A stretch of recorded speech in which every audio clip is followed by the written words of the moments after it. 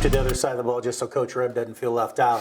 Linebackers, certainly the heart of any defense. Your group of linebackers, outstanding all last year, and that group is pretty much as intact. You know, they are, and so are the guys that back them up as young bucks. You know, and I think you'd want to obviously start with two of our two captains on defense, Johnny Harris playing that outside linebacker star position, Sam Wyrau playing in the interior. These guys have been playing for a long time for us. Romero Warren back again, and it seems like these guys have been on the field forever, and they're going in only into their junior year. But then the backups as well, right? Gavin DeGroat stepped in, ended up being GMAC Player of the Week when Romero was out with injury, and a couple other guys like Darren Hawkins and a strong freshman class that's really going to push and provide depth. And as you know, that kind of ties into special teams as well, right? Your linebackers, your safeties, these guys are the ones running down and doing a bunch of things on special teams and making plays. So we feel good about that.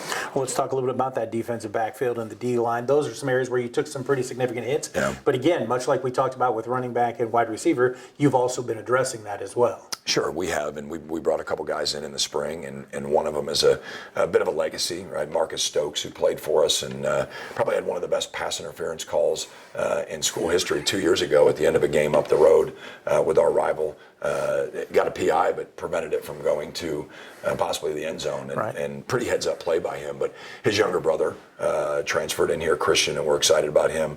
Adonai Boomba back, who's been a mainstay back there for the last couple years. And then we have a bunch of talented guys that are battling for positions right now as we speak.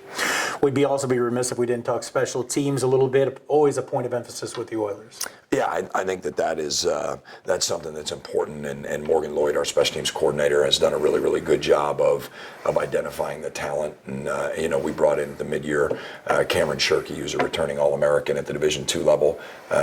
With the closing of Notre Dame College, that provided us a couple opportunities. And Cameron came in and was with us in the spring. And Owen Clevenger has continued to grow, a big-time leg, and has continued to grow in the kicking game. So we're excited about that. And and I think from a defensive line perspective, which I think I might have glossed over a touch, but we have a lot of guys back at that position that maybe weren't as heralded as some of the guys that graduated. But London Claxton has been doing a great job, and Keyshawn Wilson, and then J.J. Lewis, who was out last year with an injury, has come back and had a really strong camp. And we added a couple pieces as well that are a little bit older to help as we bring this talented young freshman class along.